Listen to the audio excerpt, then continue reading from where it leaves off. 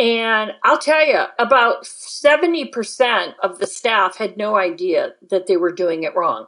They weren't prepping long enough. The circumference of the prep wasn't right. The dry time wasn't right. And that all factors into when you are going to do a pacemaker, whether you're doing a puncture site, how you're going to drape, and doing counts. You're right, Paul. They all need to be educated on that for those reasons, for the safety reasons. Clock in, scrub up, and join us behind the red line. You're listening to First Case, a perioperative podcast bringing you exciting interviews, engaging discussions, and innovative solutions that are changing the way patients receive surgical care. Each episode, we talk to frontline staff, perioperative leadership, and nursing entrepreneurs from across the country as they share their stories, experience, and expertise on the industry we love. From the back table to the boardroom, from wheels in to wheels out, we tackle the real-life issues affecting the OR. Whether you're tuning in for surgical service education or inspiration, we're glad you're here. And now, it's time to roll back and start the first case. This week on First Case, we speak with Katie Roy, an experienced senior nurse leader of perioperative services and cardiac and interventional vascular labs in Arizona, California, and Hawaii.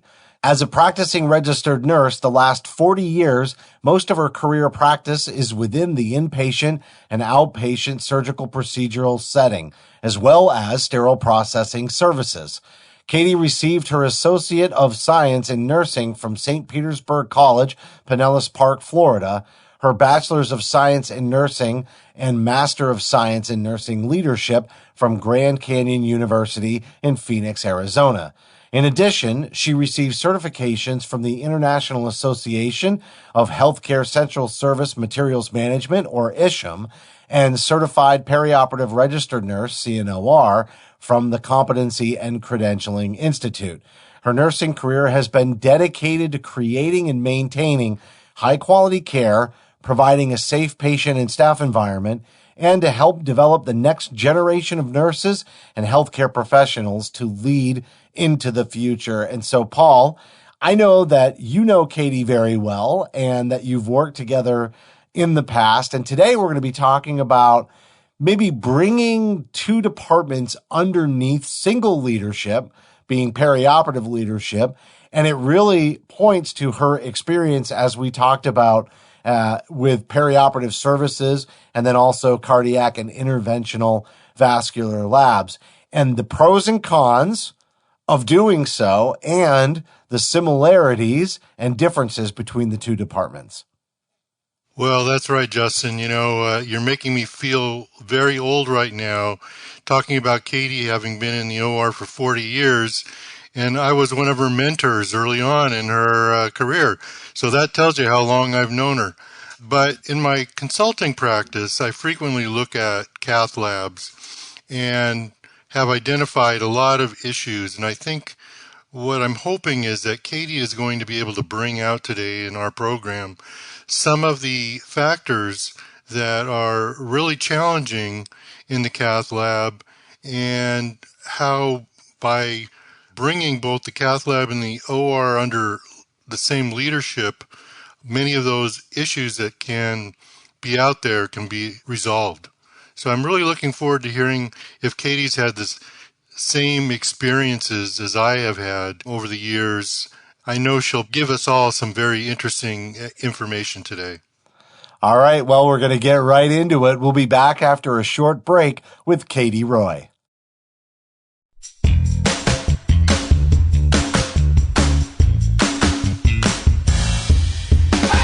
You're listening to the First Case podcast. Joining us now is Katie Roy, experienced senior nurse leader of perioperative services and cardiac and interventional vascular labs. So, Katie, thank you so much for coming on in this episode of First Case with us today. Thank you for having me. I'm very excited to be here. Well, Paul also tells us that you've got a great sense of humor, and so we can have some fun on this interview.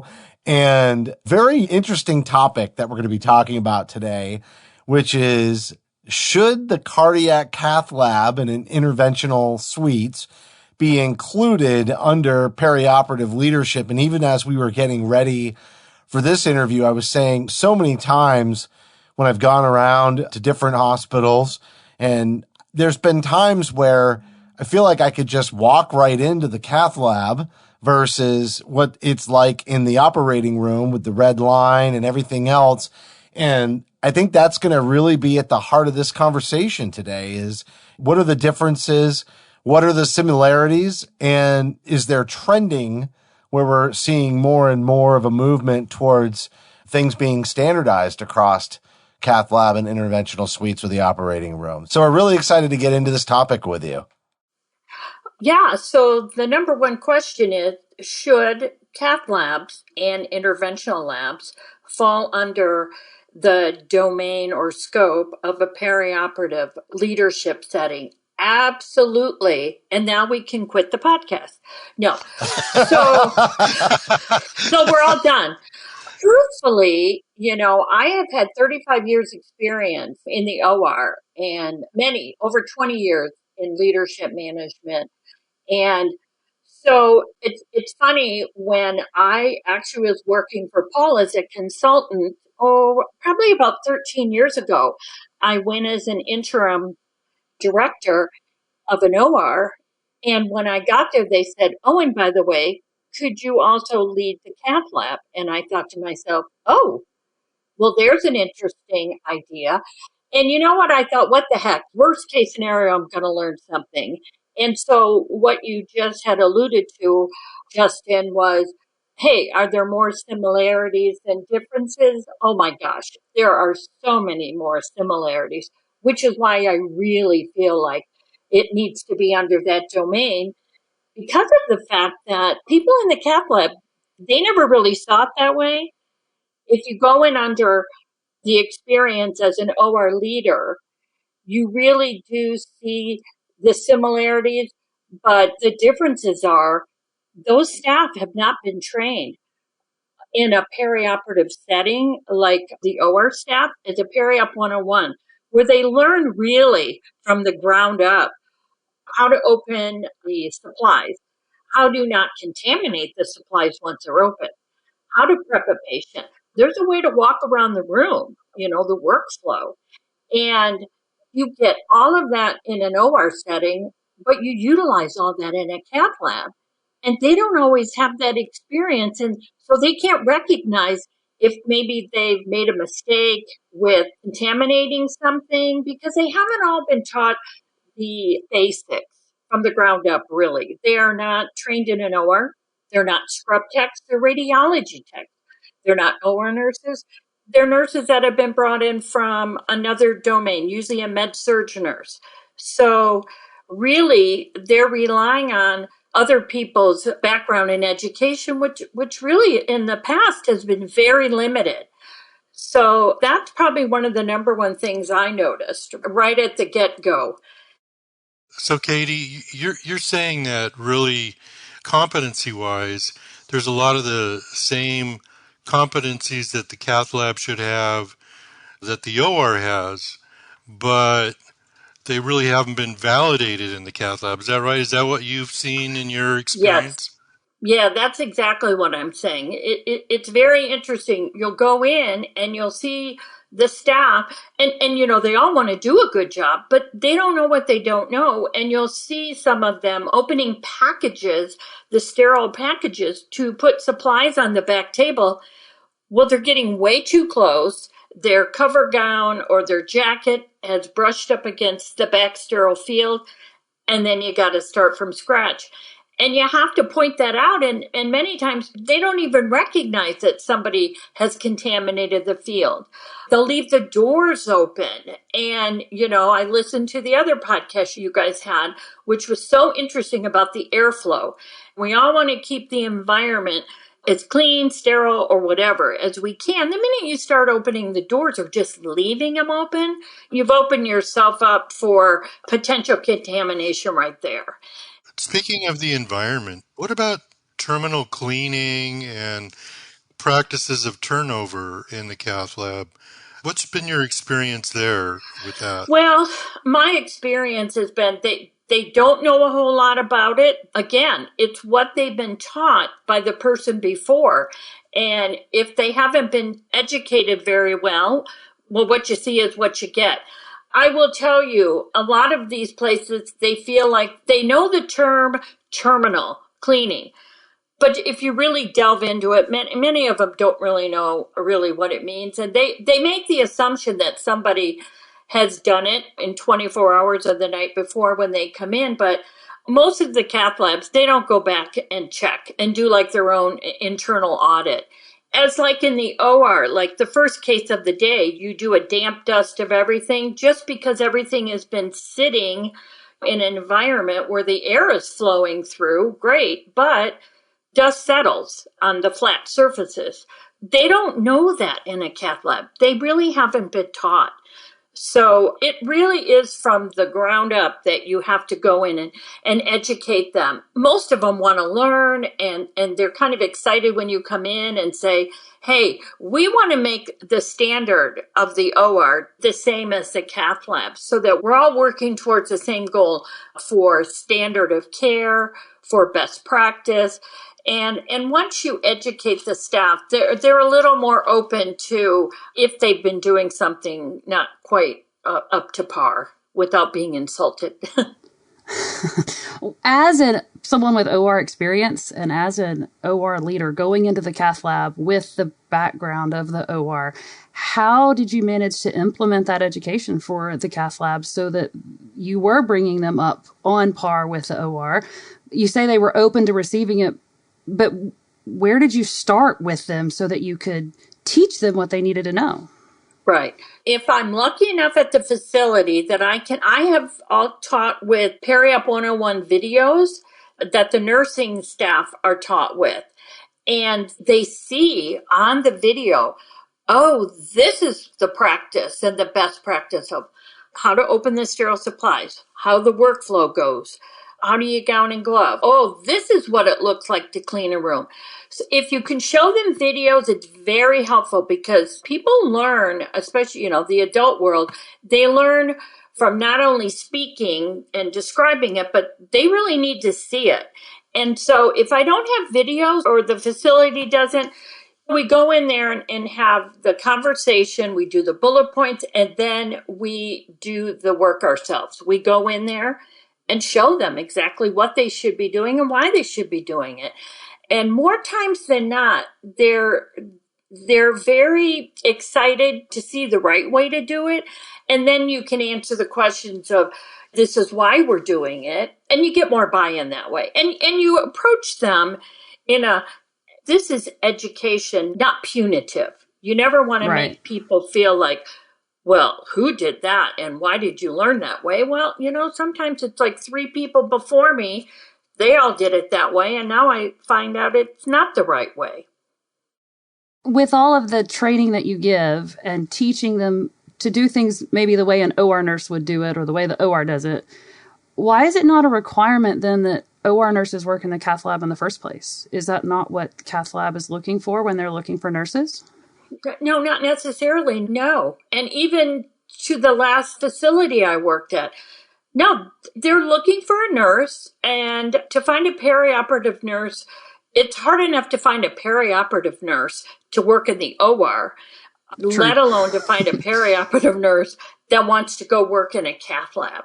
So to bridge the gap, my feeling is to take that nurse who's going to start working in the cath lab or the ones who have previously worked in there and you want to show them this is the best practice.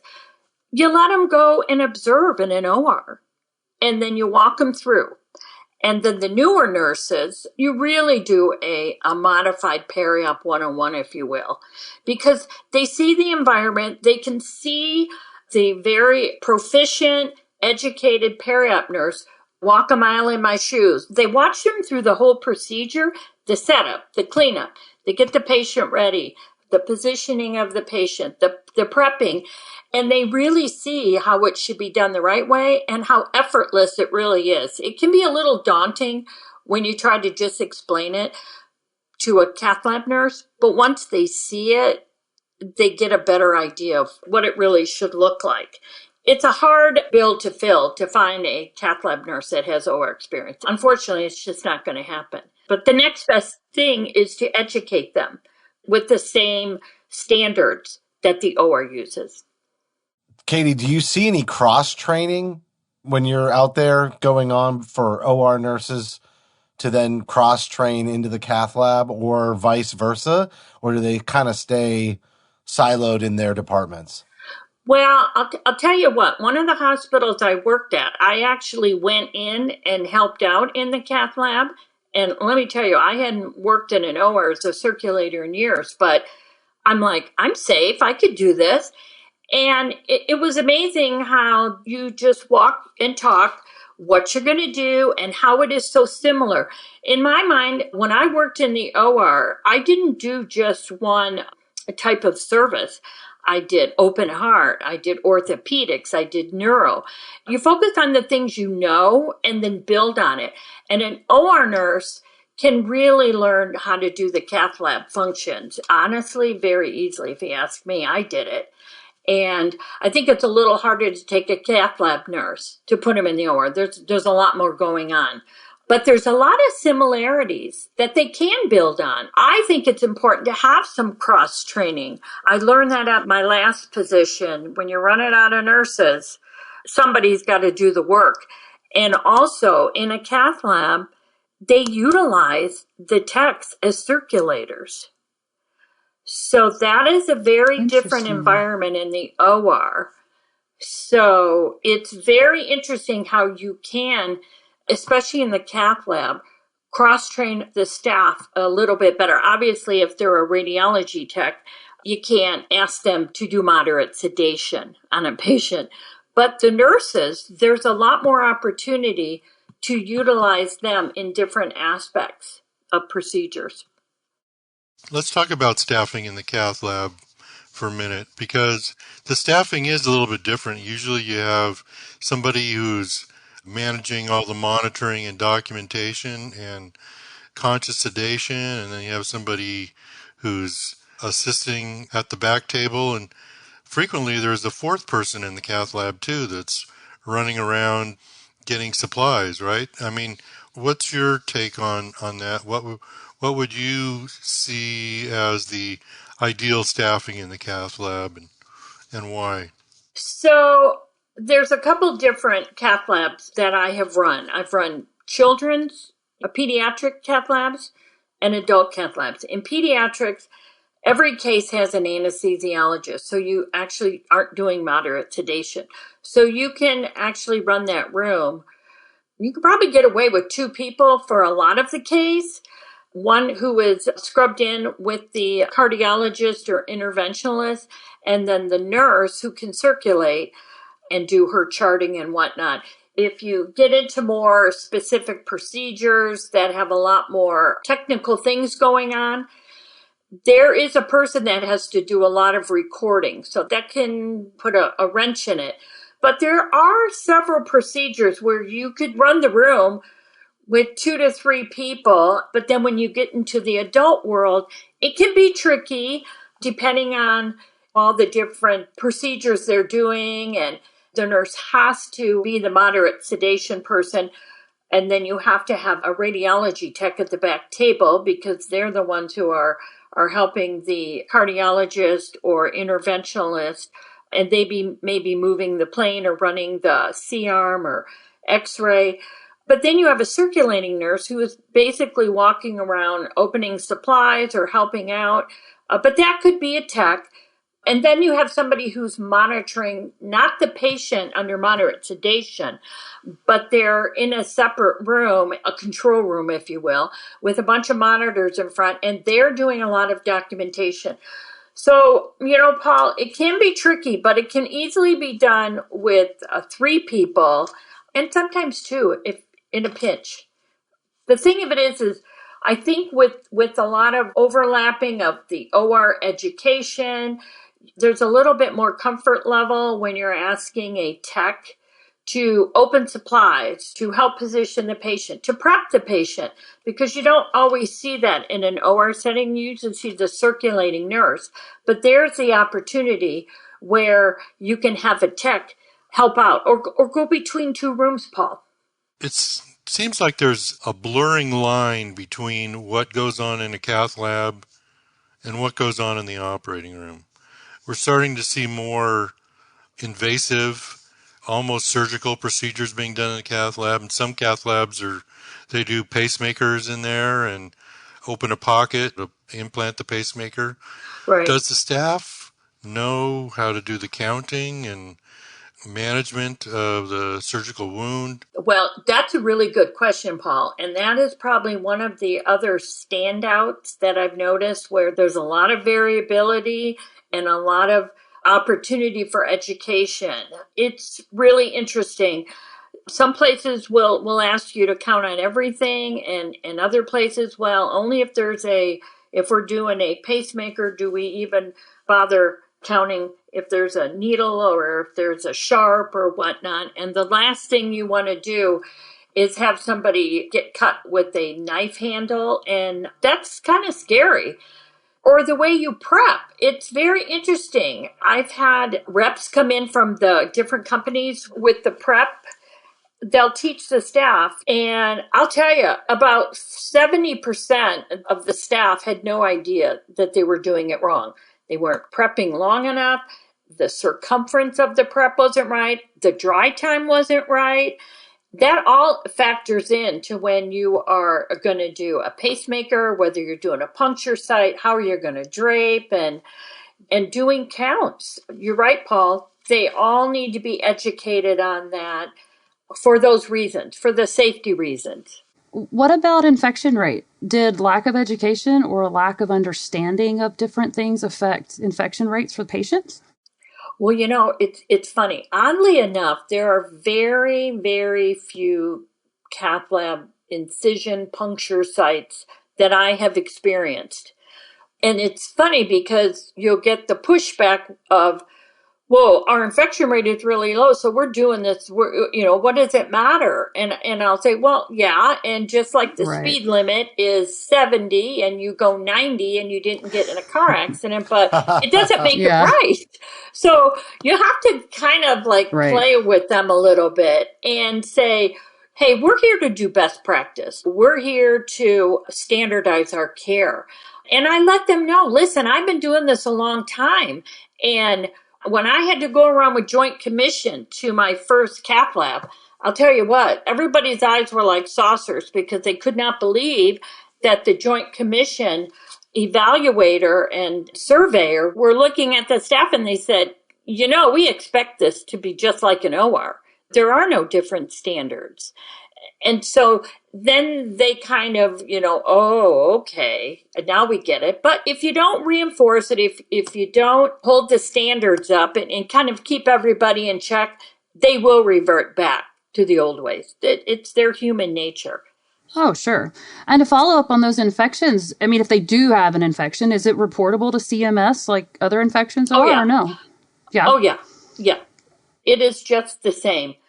It's something that we try to reiterate to the cath lab staff that it really is just as important to protect the patient no matter what you're doing, whether it's a puncture, whether it's a 3-inch incision, whether you're doing one of those large hybrid cases from the OR. Treat everybody the same. You don't want to give them the opportunity of you not doing something with the best practice, because it could be somebody that you love on that table that could wind up with an infection. And that is not good. That is just not good. Katie, I've got one more question to ask you about in the cath lab. I'm seeing a lot of places now where they're doing transaortic valvular replacements, TAVRs, in the cath lab and staffing it with both OR and cath lab people. They're either doing that in a hybrid room or in some places even in a regular cath lab room. What's your experience with that, and how do you manage that situation? Now, my experience, Paul, I haven't worked with the trans-aortic valve replacement, but I have worked with the EVAR, which is the endovascular aneurysm repair, which it's similar because you need to have the open heart team there and you need the cath lab team there, meaning that if all goes well, that you can do it with a large bore needle and puncture and go through and get everything taken care of. That's great. But if you get into a world of hurt where you've got to open that patient up, you really have to be organized. You really have to have a large enough room. And I've experienced places that are tight rooms, and thank God they never had to open. But that was my biggest worry. I mean, you really have to have a top-notch staff that can really, at a moment's notice, be able to get that patient open and take care of that procedure should something go awry. So one of the most important things is to be very organized and to have a large enough room, Paul. I mean, Yep. 800 square feet is like preferred, but good luck finding that everywhere, especially in these older places where they want to make it a hybrid to make it vascular surgeons happy. And then you look at the room and you're like, oh, good Lord. Yeah, one false move and you don't want to contaminate anything. And so that's my experience with it. But you just have to be very prepared. Have the top-notch team, go through everything, make sure you have everything. That is not the time where you want to have anything missing on either side of the radiology cath lab standpoint or from the OR vantage point. Yeah, it really seems like there's a lot of opportunity for standardization and specifically around the training. I just heard loud and clear throughout this interview that you're talking a lot about just having a different baseline of education and training around these procedures. And if you were to move more and more towards the hybrid, you're going to need more and more experienced staff to operate in that hybrid environment as well. So we know that, as you mentioned, OR nurses are hard to come by as it is. It's almost like you hire somebody into the cath lab, maybe you cross-train them in the OR or do something creative to broaden that base of staffing that you can pull from. You know what, Justin? That's a good point. And I have brought that up to a couple of the most recent positions that I've overseen. As a former OR nurse that basically did everything, but I enjoyed the open heart aspect. And then working as a director and in a position to help out in the cath lab, I saw so much of the similarity that, to me, if you're going to get any OR cross training and more flexibility in your cath lab, that's a place to start for sure. Yeah, that just makes so much sense to me. What you just said, staffing flexibility, and it doesn't come unless you have the cath lab underneath that perioperative leadership too. Otherwise, I can see there's a battle for staff. So if you don't kind of build that reporting structure that, allows for that collaboration that way, I think you'd have a hard time pulling it off. But Katie, you did a great job, and you have such a interesting experience and background there with the different departments. You really tied the two together well for us today. Great. Justin, I just wanted to bring up one more point. From my experience as an OR director, and then more recently in the last 14 years, also having cath lab, interventional lab under my domain, I feel like the best way to get the two to work better under the periop domain is when the OR director has a really strong medical director over the perioperative services that also can be a liaison with the cath lab. It's amazing how if you have really strong medical leadership, boy, you can't even imagine the things you can get done. And the proactivity of helping all of this commingle together and having the same standards and not really getting pushback, and the standardization and the scheduling and the efficiencies. Any surgeon can go and talk to a cardiologist and interventionalist and really give them a bird's eye view of how to run a department more efficiently from their experience.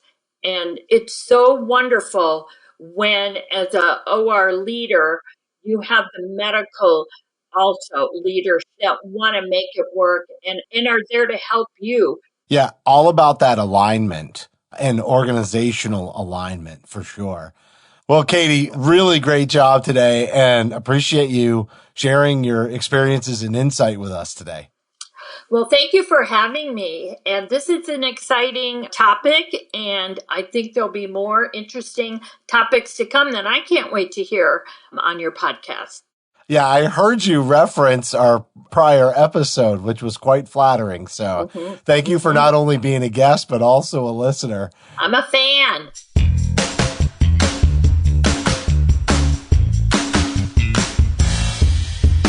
That was Katie Roy, experienced senior nurse leader of perioperative services and cardiac and interventional vascular labs. And Melanie, this whole concept of cross-training and knowing the staffing issues, I think you were the one that brought it up in the interview. It's like, it's hard enough finding an OR nurse, but having that staffing flexibility, I can just see where everybody benefits in so many different ways. But as she mentioned, you really need organizational alignment going up the chain quite a way to be able to have a successful approach in that manner.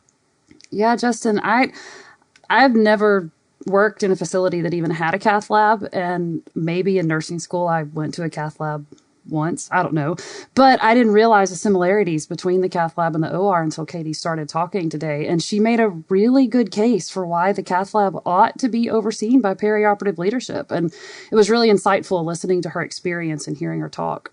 Yeah, and she has that very unique combination of experiences that way too. It was funny because she said, I was able to take what I know from the OR and bring that to the cath lab and feel pretty successful. But at the same time, a little concerned that people may struggle going the other way as well. So this is just one of those things that really, I think it will insulate that staffing model and make it easier for everybody. So very good job to Katie. Appreciate her coming on the show. That's going to do it for this week. And as a reminder, you can help support First Case by subscribing on iTunes, Stitcher, Google Podcasts, and Spotify.